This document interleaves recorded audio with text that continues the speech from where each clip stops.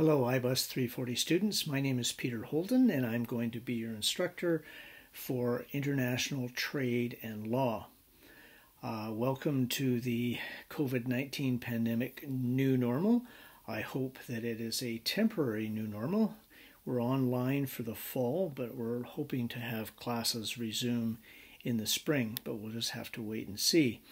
Online is a challenge at the best of times, but it's going to be particularly tricky for this course the way I've taught it in the past. However, I'm sure that working together we can get through it okay. What I would like to do today is I would like to go through the course outline as instructors generally do.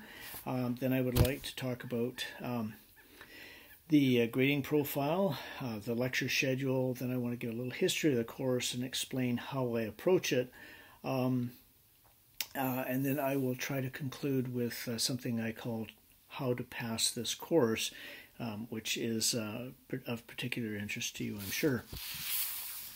All right, diving right into it, I'd like you to refer to the course outline. The top part is just administrative material.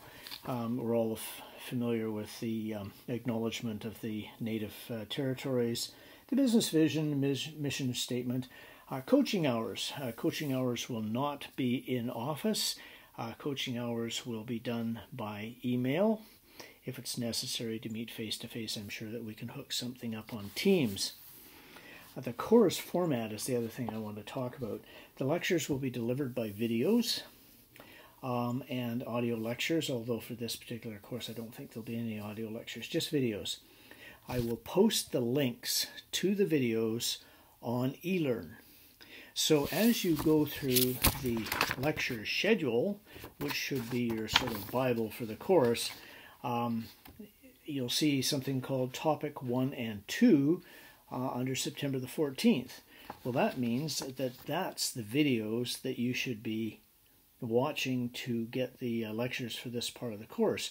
So you go, oh, okay, topics 1 and 2, then you go to eLearn, you find the links, you click on the links, bingo, up comes my bobbing head, and for that I apologize. I prefer in class so that I can do dancing and interact with the students. I find it frustrating to just be staring into this little lens. But as I said, we'll get through it. So then you can bring up my lecture guide from eLearn, which is a series of slides. You know, you're all familiar with those. It's my idiot's guide, not that you're the idiots, I'm the idiots. I have it so that I can go through it, and as I'm doing the video lectures, I make sure that I cover everything on those slides, because you will be tested on the exam only what we go over in the videos and specific readings that I ask you to check on. So you can bring up the lecture guide and listen to my voice in the background, or you can look at my wonderful face if that's all you want to do, or you can have a split screen and do both. Now there are advantages to online, okay, and the first and most important advantage is you can never miss a lecture. I mean, you know, you get sick and, oh, I missed a lecture, now I'm going to have to get somebody's notes, and I'm going to have to try to figure them out and copy them over, and then I'm going to have to talk to my instructor about things that I might have missed. And it's a real problem. But when the videos are there, you can look at them early, you can look at them late, you can look at them right on time. It's a self-paced, self-taught course in that respect. The other real advantage is in class, I lecture fairly quickly because there's a lot of material to get through. So consequently, you might miss something in your notes. You have a gap. Well, then you have to come up after class and talk to me, or you have to come to my office hours and talk to me. But with the video, you go, oh, I missed that, and you just back it up. No problem, okay? Now, the other advantage is that the way I do the course, I have not only the textbook, which we'll talk about in a little while, but I also have 2 packages of materials, a substantial package of materials with articles and some statutory material and some cases, and you had to buy that through the bookstore. And then I also have the business simulation package and we'll get into that in a big way later. But this is the guts of the course, and you had to buy those. Well, you don't have to buy those. I could have tried to arrange to have them printed and sold through the bookstore. COVID-19, I don't think anyone needs that risk. So what I'm going to do is I'm going to put on eLearn only the key cases and statutory material and articles that I think we absolutely have to cover. And then I'm going to put the whole business simulation on eLearn, so you don't have to buy those. So there's another advantage of online learning. All right, back to the course outline. We are getting to the required text. We used to use a textbook, Ray August, International Business. It was American. The first drawback was that it cost almost $200. The second drawback was the United States has this tendency to believe that it's the center of the universe, and it was obviously keying on the American perspective. At one point, it even talks about how there's no such thing as moral rights to the integrity of the work with respect to copyright. Yes, just in Canada to the north of them, there is the moral rights to the integrity of the work. But Canada, is there a country up there? Oh, I thought that was the 51st state. And then, of course, European countries also protect moral rights. So then I found this textbook. And if you look at the number of tabs that I have in there, I use it. Now, one of the drawbacks is I don't refer to it every class. Here's the textbook. Here's the textbook. I'm reading from the textbook. Okay, so you don't get the sense that I use it, and I don't lecture from it because this is legal aspects of international business, but there's a lot of public law, public international law in there. And we try to avoid that. We try to key on very practical aspects of doing trade and the legal pitfalls. So as a consequence, I've gone through topics in what I think is the logical order to deal with. So you have to bounce around to use the textbook. So some students get to the end of the term and they go, well, I didn't use the textbook. I don't know how you study best, but I really think that it's important to read the material in the textbook for two reasons. Number one, it is going to prepare you better for the examination. And number two, you're getting in my lectures, you're getting the world according to Peter Holden. Okay, whereas in the textbook, you will get another perspective as well. One student said, well, do I have to buy it? No. I can't make you buy anything, but it's sort of like a contractor goes out to build a house but doesn't bring a hammer. It's like a hockey player that goes to play hockey but doesn't bring a hockey stick. It's sort of like a boxer who wants to box but with one arm tied behind his back. So it's a tool to be used. If you can do the course without that tool, more power to you. It's in its third edition. It's on sale in the bookstore. And they will actually send it out to you by mail, but then you probably already know this. And I'm just checking one thing. I wanted to see when the copyright was for this one. Copyright. Oh, there it is, 2015. So it is relatively up to date. Good. Okay, so that's the textbook. Now, I have my lecture guide on Moodle. I have, and that's the slides that I go through, I have lecture materials on Moodle, and you have to follow those quite carefully. Okay, what I would like to do now is talk a little bit about me. I enjoy talking about me because it's a really easy topic. I know a lot about it. But the reason I do it is twofold. First of all, I want to make sure that you feel comfortable that the person that is delivering the lecture material to you has the qualifications to do that. I think I do, but I want to make sure that you see my background so that you can see that I should have. Whether I actually deliver the material or not, I've been teaching a long time, so I think I do, but that remains to be seen. And then the other reason that I think you should know a little about my background is every instructor has biases. Now, I don't mean race, religion, color, creed, sexual preference, and all that sort of stuff. But we do have biases, and you should have some understanding of the background of the person that's instructing you so that you can detect biases at certain points, all right? I'm usually pretty good at highlighting them. One that we don't get into very much in this course at all is I'm quite negative towards unions. Oh yeah, you cannot teach at Capilano University unless you belong to a union. Well, there are exceptions. The first exception was a really fantastic instructor, Lloyd Michaels, who hopefully will come back and do some contract teaching. He's retired now. But he was around here so long that he predated the union and just didn't sign, and they grandfathered him, so it was no problem. The other person at the university that does not belong to the union is me. And that's because I was a practicing lawyer up until December 31st, 2018, when I retired from the practice of law. And as a practicing lawyer, not too many years ago, we were not allowed to be members of unions. I think it was a bit of a snob thing. Okay, we're professionals. Unions are blue collar, or you know, white collar in the case of the professors, I suppose.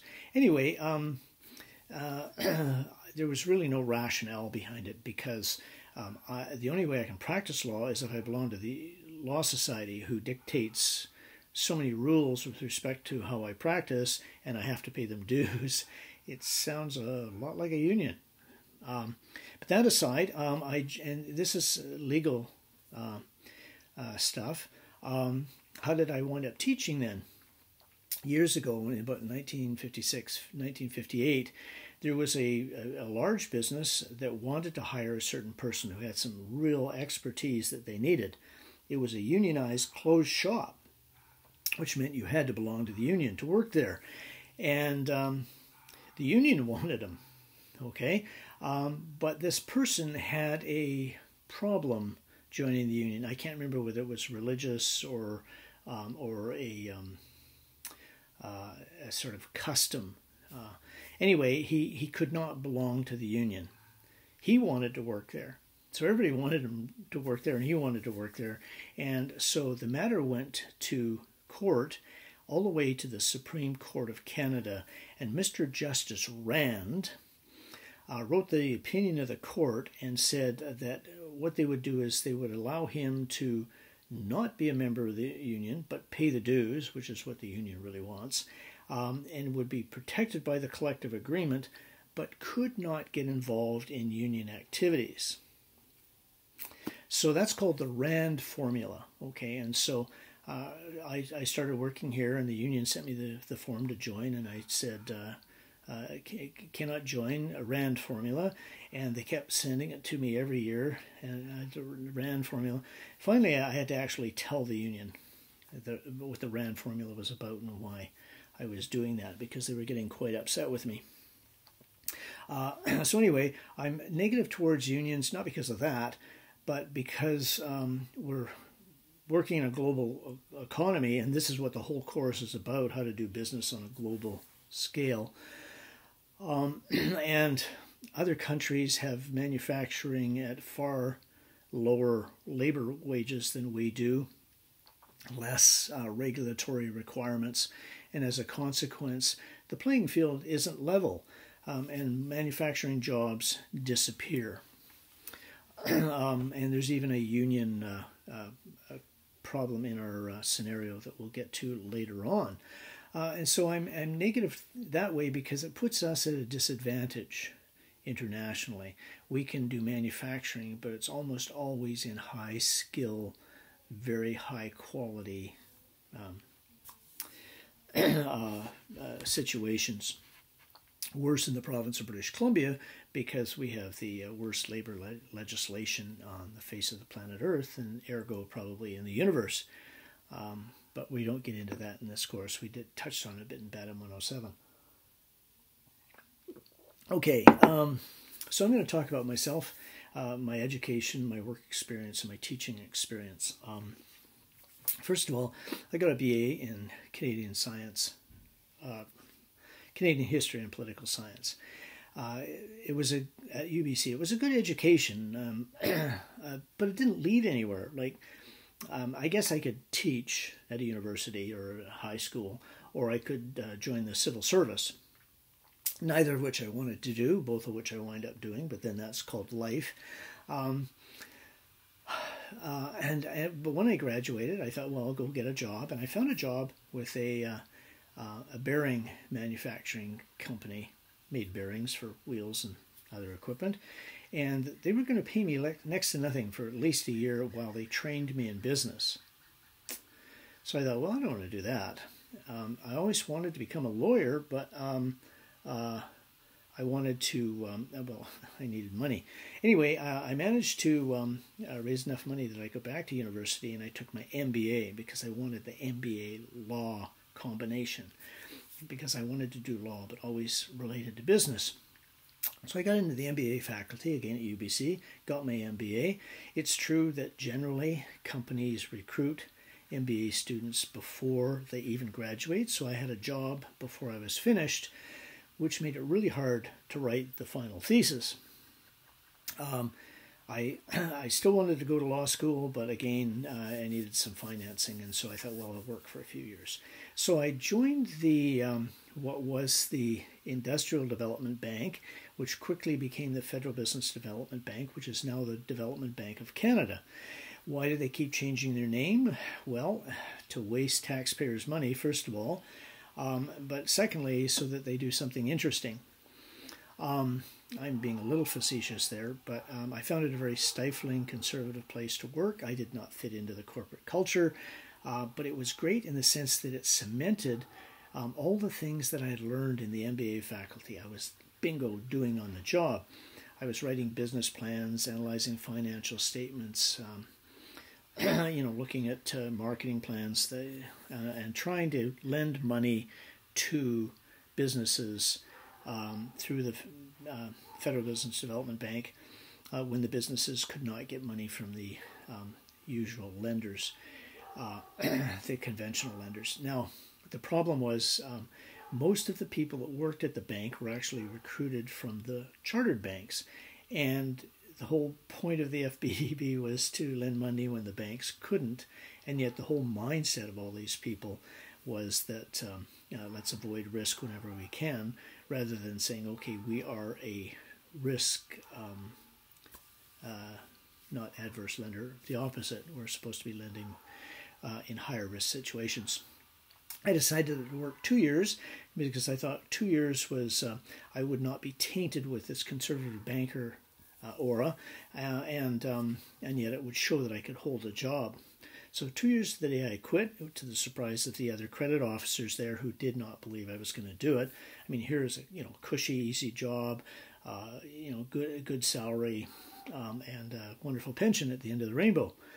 But it wasn't for me, so I quit, and I took a job on speculation in Ottawa with the National Research Bureau in the House of Commons.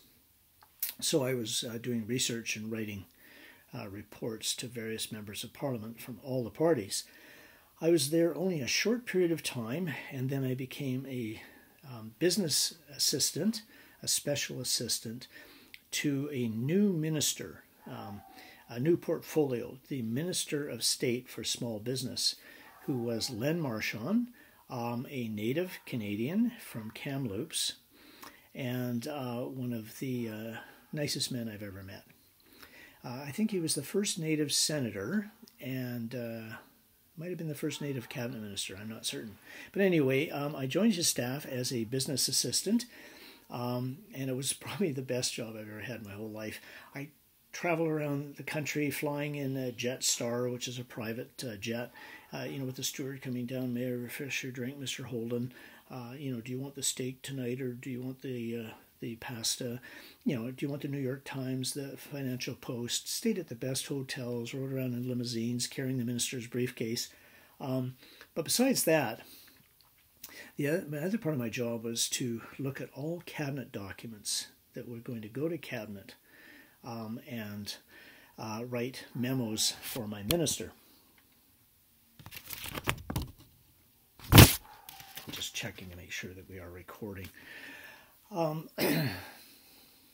So as a consequence, I had to get top secret clearance, which means the RCMP investigated my background very carefully. They even knocked on my parents' door back in Vancouver and started asking questions about me, which scared them to no end because they wondered, what has my son done?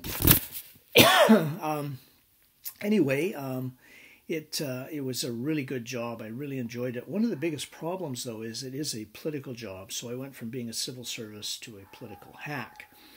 Those are the people that help members of parliament and senators in Canada and congressmen and senators in the United States. I was not like the political hacks around President Trump because, quite frankly, I have ethics. Okay, so there was a cabinet shuffle after 1 year, and bingo, I wound up working for the Minister of National Revenue, that is in charge of the Canadian Revenue Agency, and Senator Joe Gay from Manitoba, a French-Canadian politician. And he was one of the hardest people I've ever worked for. He's sort of like President Trump in the sense that he would go into rages and fire people. I was lucky. I survived, but I figured out how. If you angered him, you were out the door. There was very little you could do to redeem yourself. Pardon me, but I figured out he was relatively a lonely man. His wife had passed away and his family were gone. So at the end of the day, he would sit in his office and he would have a drink and he would watch TV. So I would go from my office, which wasn't in the House Commons building, over to his office, and I'd pop in at the end of the day to chat briefly with him, and he'd invite me to have a drink, and we'd sit and watch the news together. And so I became a friend, and so I managed to not get fired. Although he did threaten to fire me at one point when I wanted to take French. French-Canadian, who doesn't want one of his staff to learn French. It was bizarre. But anyway, I survived. Others didn't, and as other people got fired, he would give me their jobs. So I started off as his business assistant. He fired his political assistant, so I became his political assistant. And then he fired his legislative assistant, and I became his legislative assistant. And I'm sort of going, like, I'm not getting paid anymore. I'm just doing more work. But I survived. And again, there was a cabinet shuffle, and then I went back to the Minister of State for Small Business, who is then the Honourable Tony Abbott from Ontario. There it was fun. I did seminars all across the country, huge seminars, so that the minister could go out and meet with the small business people and get feedback. It was kind of fun. Anyway, problem with a political job is that there's a change in government every once in a while, and that's what happened. And I was doing some political work for Tony, and I went into him one day and I said, Tony, I'm sorry to say this, but I've looked at the numbers, the government's going to fall and you're going to lose your seat in Mississauga. And he said, yeah, I already know that. I've got my next job lined up. What about you? And I said, oh, well, I plan to go to law school. And he said, oh, okay, do you need a letter of reference? Because, I'll give you one. I said, oh, yes, please. And he said, okay, you write it, I'll sign it. Well, okay. That was a very glowing letter of reference, by the way. I wanted it to say that I was capable of walking on water, but then I thought I'd be kind of embarrassed, because he was one of those ministers that actually read his letters before he signed them. Anyway, I got that letter of reference, got one from Joe Gay, and I got one from Len Marchand, and I applied to law schools, 6 of them, and I was accepted at UBC, Dalhousie, and the University of Ottawa. So I covered the country, West Coast, East Coast, Central Canada. I wound up going to the University of Ottawa. I could have gone to UBC at that point, but they I met with the advisor, and he said, why don't you go somewhere else? And I thought, oh, well, that makes you feel welcome, doesn't it? But he said, you got 2 degrees from UBC, you want to get a degree from somewhere else. Okay, so Dalhousie was the obvious choice because it was one of the most prestigious law firms or law schools in the country. But my wife had been working and was going back to university too, and she wanted to go to the National Theatre School in Canada. They took 3 men and 3 women a year. Talk about tough, okay? But she got in. That was in Montreal, so the University of Ottawa was the closest I could get to be with her. McGill turned me down because, strangely, on the form when it said, will you take courses in French, I wrote down, are you kidding? I want to pass. Apparently that was the wrong thing to put down there. And anyway, I went to the University of Ottawa, and I don't think it really made a difference in the ultimate outcome of my my legal career. Law school, fantastic, lots of fun, very difficult to get into. Once you're in, it's really hard to fail. I'd been working for 5 years, and no, sorry, pardon me, 2, 3, 4, yeah, 5 years, and so I was used to the 9 to 5 day, and so I would go to the university in the morning, go to my classes, and between classes would actually work and study rather than do other things, and so I pretty much had my evenings to myself. I can remember one time before a midterm exam going to sleep at 10 o'clock in the morning and being woken up by 2 in the morning by a student who was desperately cramming at the last minute, and he was surprised that I was actually asleep. But I found it really enjoyable. I did. You could after second year after first year do some assistance to Crown Counsel work in criminal court. I did that, and I won my first trial there. I also was on the men's hockey team, the B team. I was the captain of the B team. The A team played with other universities. The B team was intramural, so I wasn't that good, but I had lots of fun. I got chosen for the moot court team, refused that because there were so many people involved in it. It wasn't going to be that good, and I didn't look like I was going to get to argue a case, so I thought, no, to heck with it. But I had a really, really good time. Wrote my last exam on May 15th, which was a Friday. On the Saturday, I was on a plane back to BC. 3 years working for ministers and 3 years at law school. If anyone is from Ottawa, you just have to think of the winters. Blistering cold, the summers blistering hot and humid, and the spring is sort of over like that. It's just all of a sudden a lot of wind blowing all the sand that they put down on the streets. The fall's nice. If you stay in the city, if you go into the country, there's bugs. So nice place to visit, but I was glad to get back to BC. I began articling with a medium-sized law firm, Ray Connell Lightbody and Reynolds. It was a great place to article. Article is when you learn the practical side of the law. You go to law school and you learn to argue a case before the Supreme Court. Articles tells you how to find the Supreme Court house, okay? And I'm almost not being facetious. They would send article students out to file documents, so you learn how to do it. You could make applications in chambers. You could go to the land title office and file documents to help people buy and sell property. And then you write your bar ads, and then you get called to the bar. So in 1983, I got called to the bar and practiced in corporate commercial, marketing and advertising. I've done property law transfers. I do I did wills and estates and succession, and I did intellectual property. I also did international trade law, and this is one of the things about the course, and I'll talk about it a little bit later. I found out that I did international trade law. The market in BC was so small that just by happenstance, a lot of my clients were international in nature. Okay, then I began practicing law, and with the article firm that I was with, was going to have a position in their corporate commercial department, and I wanted that. They had a couple of other positions, and I turned them down, waiting for the position in the corporate commercial department. There was a downturn in the economy, and collections, which I could have done, went up, of course. Marine law, which would have been applicable to this course, but not fun, didn't entice me. And then, of course, the position in the corporate commercial department didn't come out, and so I was unemployed in a recession.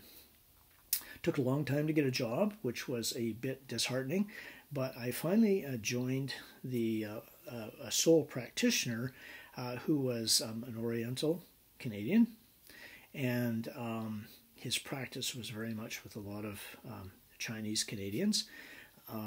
And so I had my first cross-cultural experiences, which I'll talk about a little later on.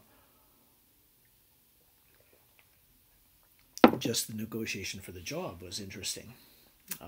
You walk in, you go through an interview, you get hired or not hired, not with people of certain cultures. You have to build up a relationship, and we really had to do that. It took a long time to get a job. My wife found it very frustrating. Anyway, joined his firm, and he had the unmitigated goal very shortly thereafter to have a heart attack and go in the hospital. And so right out of law school, I wound up managing a law firm as well as doing a lot of legal work without the guidance of another lawyer in the office. That was very stressful. He came back to the office, wanted to sell his law firm, and wanted to know if I wanted to buy it, but I didn't. Again, it was one of those cultural things. His clients, large number of Oriental Canadians who have to have a relationship, and I didn't have a relationship with them, and I probably would have bought the firm, and a lot of them would have gone elsewhere. So I moved to another firm, didn't like that, did all kinds of law, did criminal law, did family law, did everything I had to because I needed clients. Didn't like it, and then I was very fortunate, and I'm always going to come back and say I'm very fortunate. I have had and hope to continue having a very fortunate life. Fortunate to become the associate in a three-man partnership. I'm not being sexist, it was three men. Mackay, Dwar, and Turlock. And they had specialties. Bob Mackay was one of the best marketing and advertising lawyers west of Toronto. Mark Dwar did franchising from a different perspective, breaking them as opposed to setting them up. And Lance Turlock was probably the best intellectual property lawyer west of Toronto, if not in Canada. Anyway, they needed a grunt, someone to do the corporate commercial work and all the other work that that they didn't really want to do. And then they trained me in marketing, advertising, and intellectual property. I did not go into franchising. Anyway, I was with them for a few years and then became a partner with them. If a lawyer ever says, no, I didn't want to become a partner, they might not be being truthfully honest. Truthfully honest. Now that's redundant, isn't it? They might not be totally honest because most lawyers think that becoming a partner is the pinnacle of their career. I thought so. Became a partner. I am negative towards partnerships because I've been in one. Now, I didn't lose money. I made money, but it was not the most wonderful experience that I was hoping it would be. And I had a lot of conflict with the partners, not over being personality conflicts. It was no business conflicts. So eventually, I became a partner with them, and then the partnership blew up. And that's when I realized again how fortunate I was because just before the partnership, just before I became a partner actually, Capilano College, as it then was, contacted Bob Mackay and asked him if he would do some more teaching in the evening classes at the college. And he said, no, I'm a partner now. I'm far too important for that. And but he said, I have a grunt in the office that might be interesting. And this is why the first part of why I was fortunate. I was asked if I might like to teach the course in the evening. When I was at UBC, I took the BADM 107 course, the Introductory Law course, business law. And I thought it was the most fantastic course. It confirmed that I wanted to become a lawyer. The instructor, Peter Watts, was a gentleman. He was humorous. He was intelligent. He was incredibly capable, practiced law as well as taught. And I thought, well, I would like to teach that course. I didn't want to teach, but I wanted to teach that course. Well, it turned out that the course being taught at Capilano University was identical to the course at UBC because it was one of those courses that was transferable. So I got to teach it. Not only that, it was the same textbook that I'd used. Okay, and so I was very fortunate to do that. I did it a couple of evenings classes, and then I became a partner. And they asked me to do it again. And so I thought, well, I better talk to the other partners. So I talked to the partners, and here's one of the reasons why I don't like partnerships. They were all excited. Oh yeah, teach there as a partner, and you get the partner name out there, and all those business students, they may become clients of the firm. This is wonderful, and then the money's And I said, well, the money isn't that good. And they said, no, but it comes into the firm, it gets divided amongst the three of us, and so every bit helps. And I went, what? Because you're a partner and you're doing work related to the partnership, it is partnership income, even if you're doing it supposedly after hours. Because if you're a partner 24/7. Okay. And I thought, man, there is no way that I'm willing to do that much work for 1/3 of the salary. So I turned Capilano University down. But shortly after that, my partnership exploded. DeWar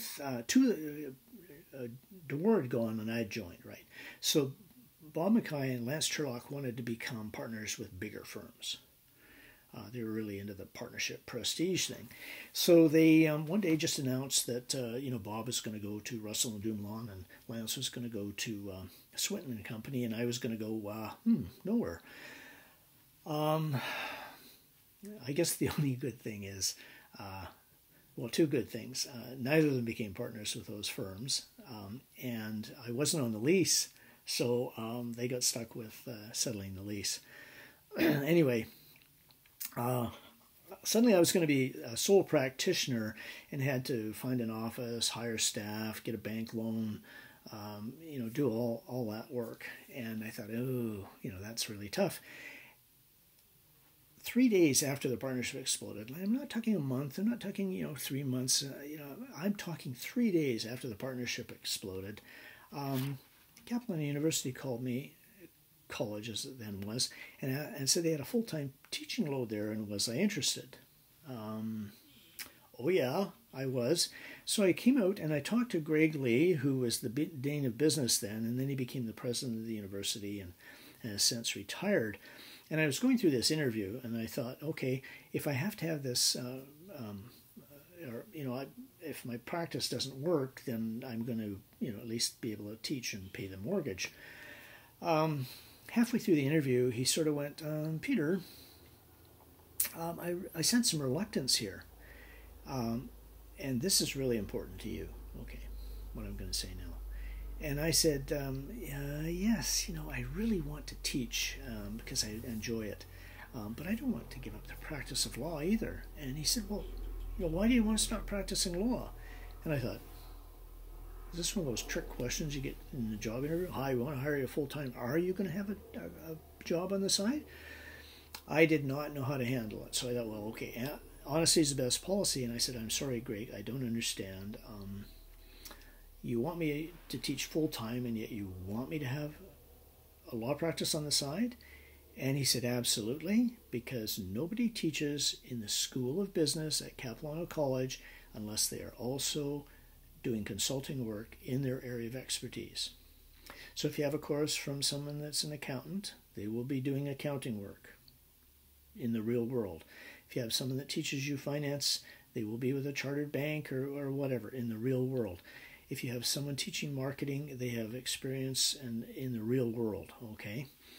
And so I got the best of both worlds. I got to keep my law practice going, and I began teaching at Capilano College. At the same time, I also had a chance to teach a couple of evening courses in the MBA faculty at UBC, the entrepreneurship course. And so I was doing that, and I associated myself with a downtown law firm called Street and Company. Nothing to do with that TV program, Street Legal. Just Bill Street, who's another real gentleman. Anyway, during this period of time, married though I was having an intimate love affair. Not with a woman, with my car. I'd get up in the morning and I'd drive to Capilano College and I'd teach, and then I would get my car and I'd drive downtown and I'd do law work. Then I'd get my car and I'd drive to UBC and I'd teach, and then I'd get my car and I'd drive home. I was wearing out. UBC came to an end because I was just teaching while a professor was on sabbatical. And at that point, my wife, who had been a professional actress, had quit because she didn't like it, worked for a while, burned herself out, had quit, wanted to get back in the workforce, and she said, why don't you move your law practice home?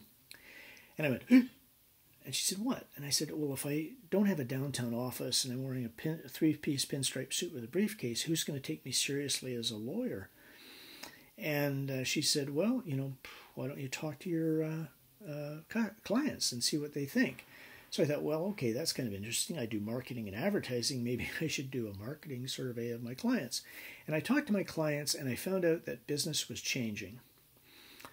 It was less in-office contact, a lot more by phone and fax, and eventually cell phone and email. And my clients said they didn't care where I was. I could be on the face of the planet Mars. What they liked was they could phone and get through to me. So I moved my law practice home, and we had a rule. I did the banking so that I had that personal contact with our bankers, and I answered the phones. So somebody would dial up, Peter Olden. I go, yeah, can I speak to Peter? I go, oh, is that you, Peter? So that they could get right through to me. When I was teaching, I had a pager because there was, cell phones were just starting out. And if they wanted me, they would page me and I would step out of the classroom. Didn't happen too often, but there was that potential. Working out of the home, I was still embarrassed about it. People would say, Peter, where's your law office? And I'd say, in my home. And they'd go, what? In my home. But I did find out that I was on the cutting edge of new technology. We always think new technology, high tech. What's the next high tech? What's the next iPhone, the i400? But it's not. It's bringing new ways of doing business to existing operations. And working out of the home, the home-based businesses were just coming into fruition. Again, because communications techniques were allowing this. I got a call from a lawyer one time. My name is Jeremy Belmont III, and I want to speak to Peter Holden. And I thought, whoa, what file's this and what's going on? And I said, speaking. And he said, are you the guy that works out of his home? And I went, ooh, yes. And he said, what's it like? Turned out he was stuck on the Lionsgate Bridge for like an hour and a half heading into the office. And that happens a lot. And so he just had it. He was a partner with the downtown law firm, and he said, I'm just moving my law practice home. And so I told him about it, the advantages and disadvantages. A short while later, I got a call from an accountant. We had a mutual client, and he asked me about it, and he moved his accounting practice home. There are advantages and disadvantages. I'll tell you one anecdote about the advantages.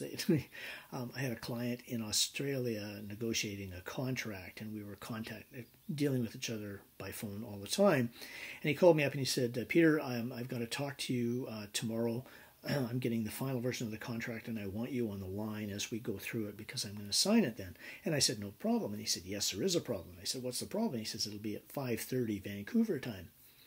I said, no problem. And he said, oh, is that okay? And I said, sure, call me. Try that with a downtown lawyer. You're going to pay a huge amount of money if he has to get up early and go into the office, or she has to arrange to have this take place at home and give out her personal telephone number, that sort of thing. Anyway, for me, it was no problem. My business manager was my wife, so, no sexual harassment in the office. We woke up at 5:15, got up, walked downstairs, got the coffee from the coffee maker that was already percolating, went outside, got in the hot tub, sat there with, the walk-around phone, watching the sun come up, sipping coffee. The phone goes off. Kathleen answers at one of those rare occasions when she answers it, and she goes, "Peter Holden's office. I'll see if he's in." And she says, "Are you in?" I said, "I'm in the hot tub." She hands me the phone. I negotiate the final part of the contract for my client, billing him, sitting in my hot tub, drinking coffee, watching the sun come up. That is the advantage of working out of your home. The commute is phenomenal, from upstairs to downstairs to the coffee machine. The disadvantage is if you have children or other distractions, children don't know when dad's in the office. I had 2 young children. One was 4 or 5, and the other was, she must have been 4, and the other one was 2. One time when my wife is out, I am sitting at my desk, looking out my window, working on files that for a court case that's coming up. And all the documents are on the table behind me. I have a stamp, which puts my name, address, and telephone number, and barrister and solicitor on all the documents, so you don't have to print them out all the time. I'm sitting on the phone, I'm talking to a client, and all of a sudden I hear chukung, chukung, chukung, chukung, and I think to myself, Kathleen's out, I'm sitting here, who's doing the ka-chung, ka-chung? And I turn around, and there was my oldest daughter, and she had seen me do it, and so she was going down the row of documents, stamping them for me. Unfortunately, not in the right places. So that's the problem. Then one other time, I was with a client in my office, and she burst in, walking through, saying, "Dad, I have my affidavit." And I thought, oh boy. But my client was a really nice fellow, and he said, wow, I have a hard time remembering that word. So those are the drawbacks, but the advantages outweigh them. Not only that, but there's financial advantages. You get to write off some of your mortgage and other expenses in your home against your business. Okay, so I've been doing that. When I started out, I did everything that came in the door, but now I was doing corporate commercial work, marketing and advertising, estate planning and succession.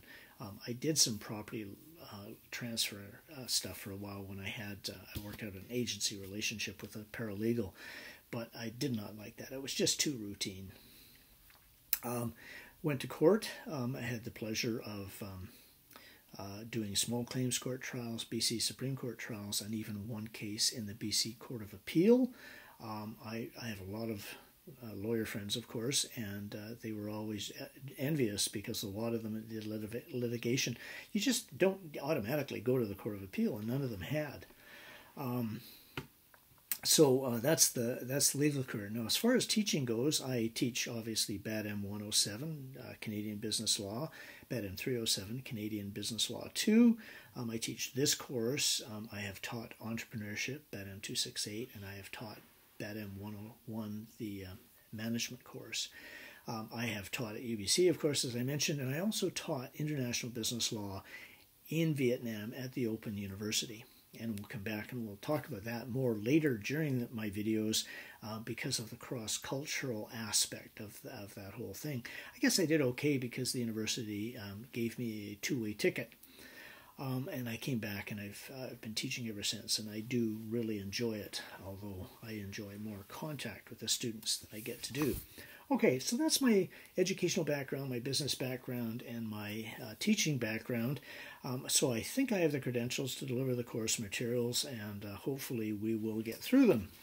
What is next on the course outline? Let's see. The next most important thing is on page 3 of the course outline, where it talks about the evaluation profile. You'll have a term assignment worth 20%. That term assignment will also give you a topic for an oral presentation worth 10%. There will be a midterm exam worth 25%. There will be a final exam worth 25%. And the thing about the final exam is that one more page. this there. I've put a grading profile sheet on eLearn, and it gives more details about this, and I'm also going to talk about it a bit more in this video. But the term assignment will give you the topic for the oral presentation, and your final exam I wanted to mention was non-cumulative to the greatest extent possible. I say to the greatest extent possible because there's no way you can divide the legal material perfectly. That's there, and they don't affect each other because that would just not be realistic. But to the greatest extent possible, it will not include material for the first half of the term. I mentioned the lecture schedule, which is posted to eLearn, and on there it will say when your assignments are due. More importantly, and something that the students drive instructors nuts about, is that it says when the midterm exam will be and what topics are covered. Okay, when the final is, or the review for the final exam is, and what topics will be covered. And one of the problems is just before the midterm exam, I will get telephone calls, not this year, but in the past, and lots of emails from students saying, "Oh, Mr. Holden, what's on the midterm exam? What does it cover?" And that's the first time you've asked that question, but unfortunately it's about the 1000th time the instructors have answered it, and it drives them nuts when it's on the forums and the students don't read them. So just a heads up that if you need to know what's on the exam, it is on my lecture schedule. Okay, now next on the list is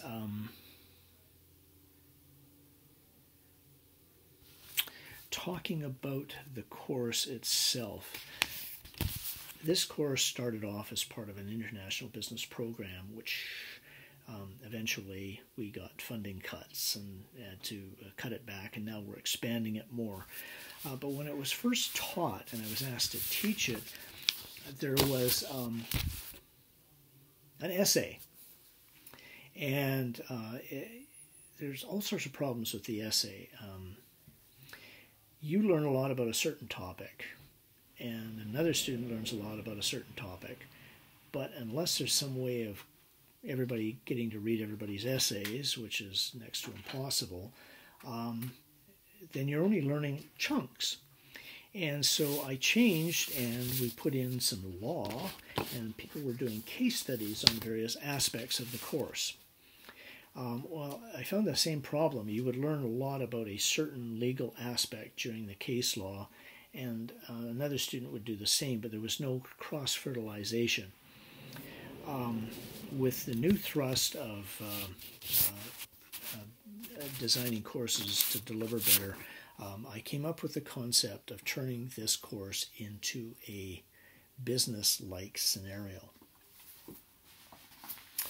So there is this scenario package, and what it does is it outlines a business that I made up, which is dealing in the province of British Columbia and manufacturing a product here, and obviously it's a high-end luxury product, otherwise we could not afford to do it. And this business is operating in the province of British Columbia, and the whole thrust of the course is international trade and law. So how do we get from there to there? And it's easy. This business is now going to start going into the global markets. And so they have to learn international trade, and they have to learn the international law related to that trade. So what's in this package is an introductory memo, very extensive, about the history of our company. Then there's a sheet that outlines who the shareholders of the corporation are, who the directors of the corporation are. And then there's the structure of the organization. The organizational chart shows the sales department, operations department, the finance department, the marketing department, and the HR department. Then there's financial information. Last year's financial statement, this year's financial statement, the income statement. I didn't do the balance sheet. I am not an accountant, and I couldn't get that far along. But then there's another sheet that outlines the revenue Okay, how much money we're making, and the labor costs, and the manufacturing costs. Okay, and then we get into a detailed number of pages about the various products that the business has. And that is on page 19, so let's just go to page 19. So we do peak performance pontoon skis, 3 different types. We have ski poles for whitewater skiing. So, and then following that, there's a whole series. There's one big memo about going global, and then there are a series of memos from a lawyer. So let's back up. We have this business, and we run the class like a business. So I'm like a schizophrenic person, all right? I walk in, and you watch my lectures, I'm Peter Holden, okay? But then as the business is beginning to be run, I can be Benton Counter, the CEO and president of the business. Now we have to have legal advice from our law firm, which is Bellow, Argue, and Harangue. And William Argue, whose name is Will Argue, and with a name like that, you got to be a lawyer, right? Is going to have to give legal advice to the business. So I will argue on those occasions. The idea is when you start dealing with the project, you will either be a team that's investigating a certain topic for the business, in other words, you are employees of Peak Performance Pontoons, or you will be an associate lawyer with that law firm doing a report to your boss, will argue, to help Peak Performance Pontoons. So the first batch of memos, or memo rather, from, well, there's 3 of them actually, from page 1 to 7, is the history of the business. And then later on, there's also the organizational chart for the law firm, and some memoranda from the lawyer. Okay, but after the financial statement material and the peak performance products, there's a board of directors agenda. Every year we've always had a very formal board meeting because you're all employees, and so for that board meeting I say you're directors, and we have this directors meeting, and we meet in one of the fancier rooms at Capilano University, and I bring in coffee and tea and muffins and things, and you're expected to be in formal business attire, and we did some strategic planning to go global because we don't know anything about it. And so we do the strategic planning in the board meeting, and then you get to learn what happens in a board meeting, and we'll actually have one. We'll do it on Teams. Pardon me. And we come up with a plan. Okay, we want to maybe outsource. We want to deal with, a company in Australia. We want to start marketing elsewhere in Canada. We need to look at various aspects, like how do we get our product there? Oh, we should talk to a freight forwarder. All these sort of things. Okay. Well, that's great at a board meeting, but if you have a board meeting and then you all go home and didn't we do a good job? Then nothing happens. So Benton Counter of Peak Performance Pontoons then turns around and he sets up teams. Teams to look at freight forwarding, teams to look at letters of credit, teams to look at how we market our product, corporate social opportunity, outsourcing, all sorts of things. So we have all these teams. And the teams report back. This is the term project. You are required to do a memo back to your boss, and it's more extensive than a usual memo. Memos in businesses are quite often just little instruction things that they fire around, like one-pagers, half a page. Look into this, do that. But the memo that I give to my staff is very extensive. And so I say, give me an extensive memo back. I don't want a business report. I don't have time for a business report. I don't want a bibliography. I don't want footnotes. I assume that my staff do the research, okay? And so consequently, if you do the research and you plagiarize, you're going to get fired, okay? So I expect you to do the research, and I expect you to provide me a substantial memo on that topic. Practical material, not what a letter of credit is. I want to know, where do you go to get one? I want to know how much it costs. How long does it take? That's business material, okay? So those are the memos that come back to me. Will argue, I'll use alternate dispute resolution. You will see that there were numerous lawsuits against our company over the last year, just one of those really weird years. So Benton Counter is upset with the legal process. Okay, that's a lot of money being spent. So Will argue says, well, you know, there's a better way. It's called alternate dispute resolution, arbitration, mediation and arbitration.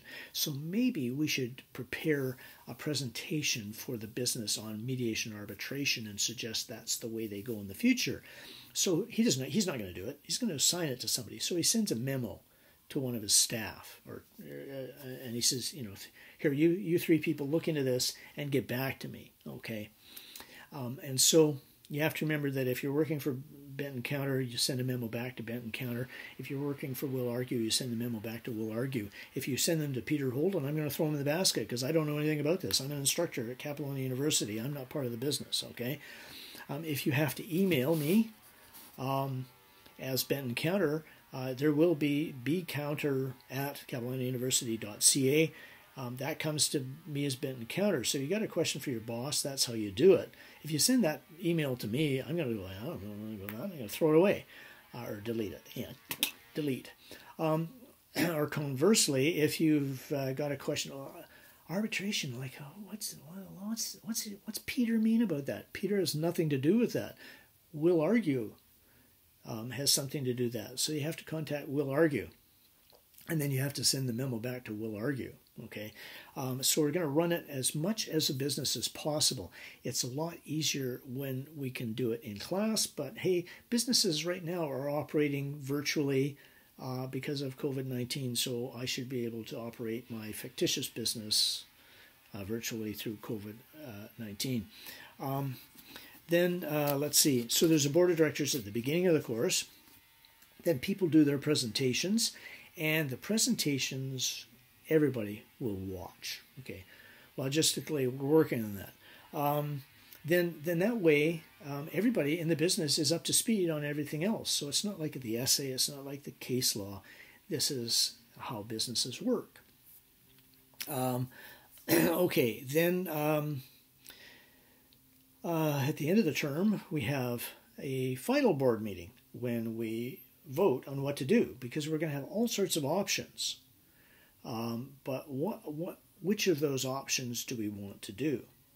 So it may be that the people that look into marketing, if there are some students in the class that are really interested in marketing, then we'll get them into that team.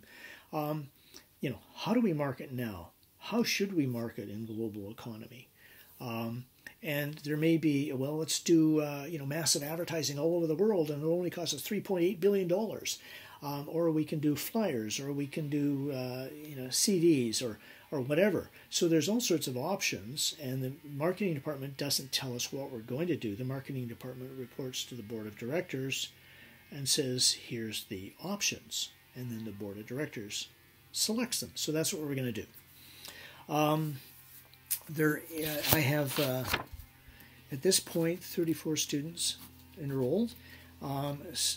So if there are more, I do take more. I have to, under my contract, take 35 students. I generally take 36 because that's what business takes. If there are more trying to get into the course, I take up to 40. If that happens, then I have another project where 2 people work for Peak Performance Pontoons, and 2 people work for a company in Australia, and they actually negotiate a distribution agreement.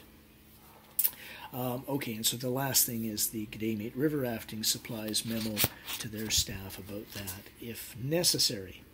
So I think it's absolutely imperative that you all immediately, if not sooner, read the material in here, because there's no point in having a board of directors meeting if I say, okay, so like, how do we market our product now? Everybody goes, I don't know. No, that's like schoolwork. I don't do that, because you wouldn't walk into a board meeting for your business, unprepared. I mean, I guess some people do, but they generally wind up being dismissed from the board. All right, so that's why it's going to be a challenge to deliver this course with the pandemic, is because the presentations, I think what we're going to do is we're going to have everybody, instead of presenting in front of the class, you're going to do a video. And then everybody in the class watches that video. And I provide you feedback with an instructor's marking guide about things that you did really well, things that you could do to improve your presentation skills. All the other students in their teams, so that we don't have too many emails flying back and forth, there's already going to be a gazillion, you will do a peer critique form, so that you're providing suggestions and criticisms to your classmates about how they can perform it. And the reason is that I won't catch everything, but they will catch some things. So those peer critiques, once you've prepared them in your teams about a presentation that you have watched, you send to me. I look at them, okay, because in years gone by, there has been some very, very instructive criticisms, like, it sucked, okay. That peer critique is going in the garbage. I'm not even going to waste time giving it to the presenters. But once you've done a presentation, you will receive a marking guide sheet from me, and then I will collect all those other peer critiques and I will send them to you as well. You'll look at those, throw them away, right? Because it's over. It's a class thing. Yeah, he's trying to run it like a business, but and I know I did a good job. So why should I read those? Well, that's not good. Okay, the idea is we're trying to prepare you for the real world out there. And so what you want to do is you want to improve your skills. If I said, here, take these, read them, and improve them, and you go, yeah. So what I'm going to do is I'm going to force you. You have to look at my sheet, you have to look at the peer critiques, and then you have to send a memo to me. And I don't care if you address this one to Benton Counter, or if you address this one to Will Argue, or if you address this one to Peter Holden. You send it in and suggest at least 3 ways that you can improve your presentation skills. Okay. All right.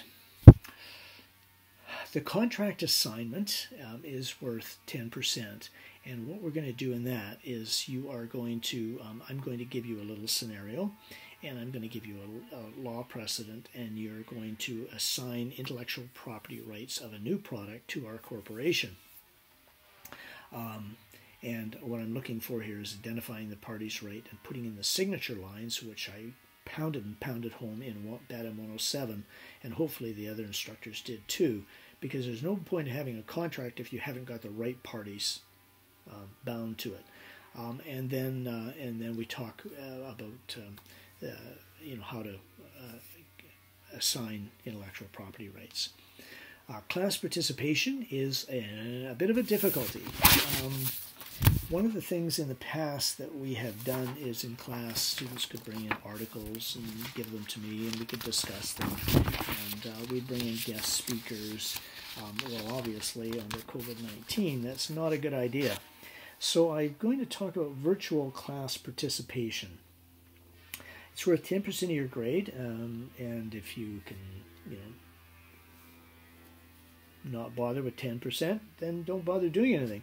But you can provide me articles or cases that relate to international trade, or information about government programs not related to your topic, because you don't get marks for doing something related to your topic. You're getting marks for your topic already. And then I can circulate them, and we can actually have a Teams meeting and discuss them. You can actually get a guest speaker if you knew someone that worked for the Export Development Corporation. They could do a very quick video, and they could send it to me, and I could distribute it to the class. And there may be some other clever ways out there that you can think. In our business scenario as employees, some of the things you could do as an employee to help the business outside of just doing your job, you would get class participation marks for that. And also, doing the peer critiques is one of the things you're going to get class participation for. You get marks for doing your presentation, but you're going to lose marks if you don't do the peer critiques, or if you go through the motions and you don't do a good job, then you will wind up with not very good class participation marks. I think that's the works about the course. What I would like to do now is talk about how to pass the course. And I am going to post to Moodle, I still call it Moodle sometimes, to eLearn, how many pages? 1, 2, 3 pages? Yeah, a little 3-pager that I do for BADM 107, the new students, and it tells them how to pass the course. And I'm going to apologize right now because you're 3rd and 4th year students for the most part. Some of you are 2nd year. You've already developed your study habits, and this, you might say, oh, how condescending of you to suggest that I do these things. Okay. I find it absolutely necessary for 1st year students. It may be of help to you. So if it's of help to you, then refer to it. But if you think, oh, well, it's like, treating me like a grade 5 student, then just please ignore this. But I really do want you to get through the course and do well. The first thing on there is attendance. Well, no attendance, but what it means is watch the videos. Take notes from the videos, okay? Because my lecture guide and what I say in the video is what you're going to be tested on, but not everything in the lecture guide covers everything I say, okay? Cell phones and computers, I tell students to stay off them when they're in class. As a matter of fact, I got the reputation as a computer slammer because students would be in my class, they'd be playing the latest NFL game on their computer, and I'd walk around lecturing, and I'd walk down, I'd be standing beside them, they're still playing, they go, and I'd go and slam their computer shut, which I probably shouldn't do. If I caught their fingers, I'd be up on charges. Anyway, try not to use cell phones and computers when you're watching the videos, so that you don't, other programs, so that you pay attention, right? Buy the textbook, okay, we've already dealt with that. Then there's, you buy the textbook, there's no point in buying a textbook unless you read it. There are no end of chapter questions. That's with respect to the textbook for BADM 107, so ignore that. But there are practice problems. We will be doing practice problems on certain topics, okay? And then when we're finished with that topic, I will do a video talking about the problems. Oh, good, you don't actually have to do the problems, do you? Because I don't ask you to hand them in, so you don't have to do them. You just watch the video and look at the problem. Watch the video, look at the problem. You do not learn well that way. Okay, if you try to do the problem first, then you watch my video explaining the answers, then you go, okay, and you learn better. Index cards. I got through law school with index cards. Put a case name on one side, flip it over, there's the ratio decedenda on the other side. I put a section of a statute that I absolutely had to know on one side, the definition on the other side. So I did the index cards. Whew, done the index cards. Now I don't have to worry about it, right? No. You do the index cards and then you practice with them. Okay? I used to carry them around in my pocket of my pants and my heavy coat when I was at university. And I figured everybody figured I was about 180, 190 pounds. Okay, because I had all these index cards. Whenever I had a moment, I'd sit down and I'd go through them. I was in Ottawa. My wife was in Montreal. Friday, I'd finish my classes at like 2:30 or something. I'd go down. I'd get on the train from Ottawa to Montreal, and I'd sit in the bar car and drink beer. Actually, I didn't, because I didn't start drinking beer until later in life. But I could sit there and I could watch the scenery go by. or I could sit there and I could go through my index cards, which I did. I got down there to Montreal. I'd go and see my wife to have quality time. My wife's idea of quality time is let's go shopping. Yay! Just what some guys don't like doing, and I'm one of them. But I would do it. We would go shopping. We'd go into a shop, and the clerk would say, "Can I help you, sir?" And I'd say, "Yes, do you have a chair?" And she'd go, "Yeah, there's one there." And I'd go, "Thank you." And I'd sit down and I'd go through my index cards. My wife would try it on a dress, and she'd come out and she'd say, "What do you think, dear?" And I would say, "Oh, wow, that's you. That's really nice. That looks really good on you." And then she'd come out with another one and say, and this one? I'd go, "No, it doesn't do anything for you." Not that I would really know, okay, but I had to appear interested. I was interested. But anyway, I would sit there and do my cards. So when it came time to do part A of my exam, I could do them like that. Saves a lot of time. All right. If you don't like doing the index cards, you're high tech. High tech. Bring out your phone. There's a program called Quizlet, which is like an index card. You type something on one side of the card, you flip it over, and you type the answer on the other, and then you sit there and you go. You can sit in the cafeteria and look cool. I'm so popular. I'm texting. Look at this. All my likes. Oh, I like that index card. Everybody thinks, whoa, look at that person. Wow, eh? And you're studying. So you can look cool and study. It's wonderful. Before we do the midterm exam, we do part C of last year's midterm exam. And before we do the final, we review last year's final. Do the final ahead of time before I review them. You will do better on the exam. Because if you sit there and you go, answer, oh yeah, answer, oh yeah, answer, oh yeah, answer, oh yeah, you think you've learned. Okay, but you haven't. Ask questions in class. How do we do this? You can't. Email me, okay? You use my coaching hours, all right? And the last part of that is, you can read it. It might be relevant, but most of you are past that stage. But I have actually had students that fail, and they come in and they go, "Can I do some extra work? And bump up my mark, please." And I always say no, because my job is to make sure that you know the material in the course well enough to at least get a D. And if I do a little bit of extra work to bump you up, you're not learning the course and the material in the course, and so I will not just bump you up.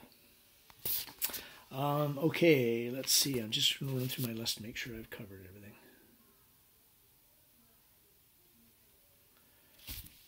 All right, I think I have covered everything.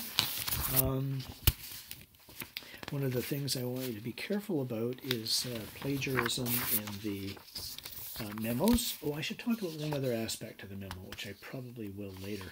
Two aspects of the memo that you have to do for me. One is think that this is a business. Your boss gives you a memo, and if you came into your boss and you said, how many pages has it got to be, boss? And should it be triple spaced or double spaced? You're going to get fired. Okay, the boss doesn't have time for that.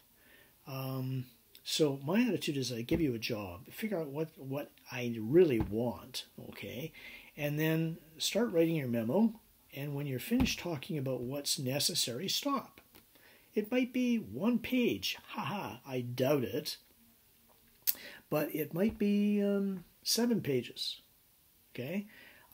Should it be triple spaced? Should it be double spaced? Should I be putting the margins tighter, wider? What, last year I had somebody actually bring in the margins with the heading and everything, and triple spaced. It was about a page long. It didn't answer the problem, and they said, but hey, it's like, a perfect size for a memo, and they failed, okay? So you wouldn't ask your boss that, so don't ask me that.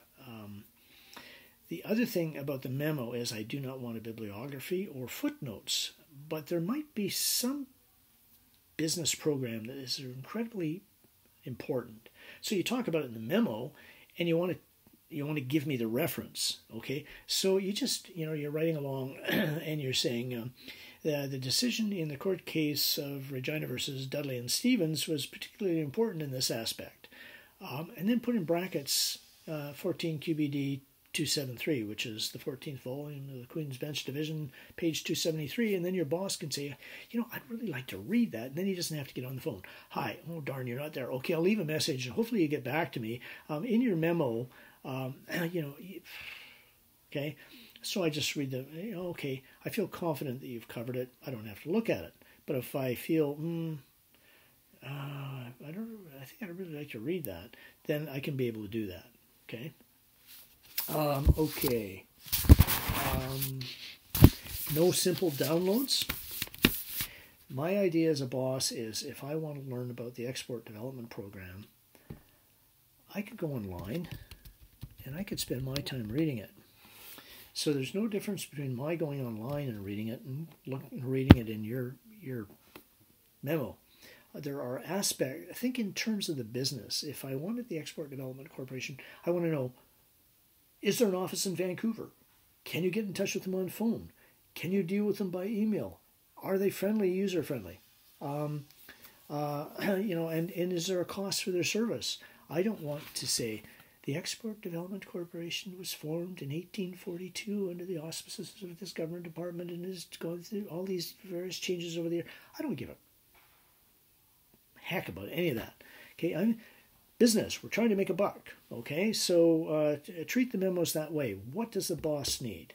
Alternate dispute resolution. Does he want to know all about the advantages and disadvantages? No, he's already talked about that in the lectures, okay? Or pardon me, in the memo he gave it to me. So I'm not going to feed it back to him and say, there, I filled 3 pages. Now I only need 1 more and I got 4 pages. That's probably enough. So think in terms of this memo, meaning you're either going to be promoted or demoted. Great. And hopefully we can have some fun. Okay. I really enjoy the course. It's the first time I've taught it online, so it's going to be a real challenge, but I do enjoy it. If you have any questions about this video, or any of the things I've talked about, please feel free to email me. Thank you very much.